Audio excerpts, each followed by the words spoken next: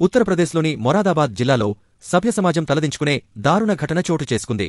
19 ఏళ్ల యువతి అత్యంత పాశవికంగా హత్యకు గురైంది. శనివారం సాయంత్రం నుంచి కనిపించకుండా పోయిన ఆమె ఆదివారం మైనాతెర్ ప్రాంతంలోని ఓ గ్రామానికి వెలుపల ఉన్న మొక్కజొన్న చేనులో విగతజీవిగా కనిపించింది. ఈ ఘటన స్థానికంగా తీవ్ర కలకలం రేపింది. సోమవారం విడుదలైన పోస్టుమార్టం నివేదికలో హత్య ఎంత క్రూరంగా జరిగిందో వెల్లడైంది.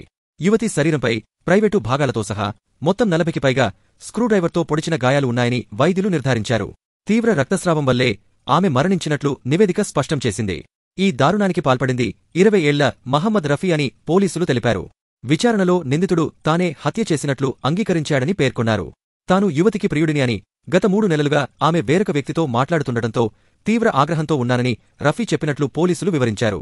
మొదట యువతి గొంతు నులిమి చంపడానికి ప్రయత్నించానని, ఆమె స్పృహ తప్పి పడిపోయాక స్క్రూడ్రైవర్తో ఊపిరి ఆగిపోయేంతవరకు కసిదిరా పొడిచానని నిందితుడు పోలీసులకు వెల్లడించాడు.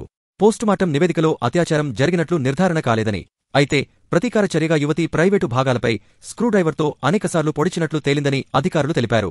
ఆమె మెడపై కూడా లోతైన కోత ఉందని పేర్కొన్నారు. మైనాతెర్ ఎస్హెచ్ఓ కరణ్ పాల్ సింగ్ మాట్లాడుతూ, నిందితుడు కోళ్ల వ్యాపారి. గత ఏడాది కాలంగా ఆ యువతితో పరిచయం ఉందని, ఆమెకు ఒక మొబైల్ ఫోన్ కూడా బహుమతిగా ఇచ్చినట్లు చెబుతున్నాడని తెలిపారు. బాధితురాలి తల్లి ఫిర్యాదు మేరకు రఫీపై పోలీసులు హత్యనేరం కింద కేసు నమోదు చేశారు. మేకలకు మేత తేవడానికి వెళుతున్నానని చెప్పి నా కూతురు శనివారం సాయంత్రం ఇంటి నుంచి బయలుదేరింది. తిరిగి రాకపోవడంతో మేమంతా వెతకడం మొదలుపెట్టాం. మొక్కజొన్న చేనులో నా కూతురు హత్యకు గురైన విషయం తెలిసాక పోలీసులకు సమాచారం ఇచ్చాం. మహమ్మద్ రఫీ తరచు నా కూతురిని వేధించేవాడు, తనతో సంబంధం పెట్టుకోవాలని ఒత్తిడి చేసేవాడు. ఈ హత్యలో అతని ప్రమేయం ఉందని మాకు అనుమానంగా ఉందని బాధితురాలి తల్లి తన ఫిర్యాదులో పేర్కొన్నారు. ఈ కేసులో త్వరలోనే ఛార్జ్షీట్ దాఖలు చేస్తామని ఎస్హెచ్ఓ కరణ్ పాల్ సింగ్ వెల్లడించారు.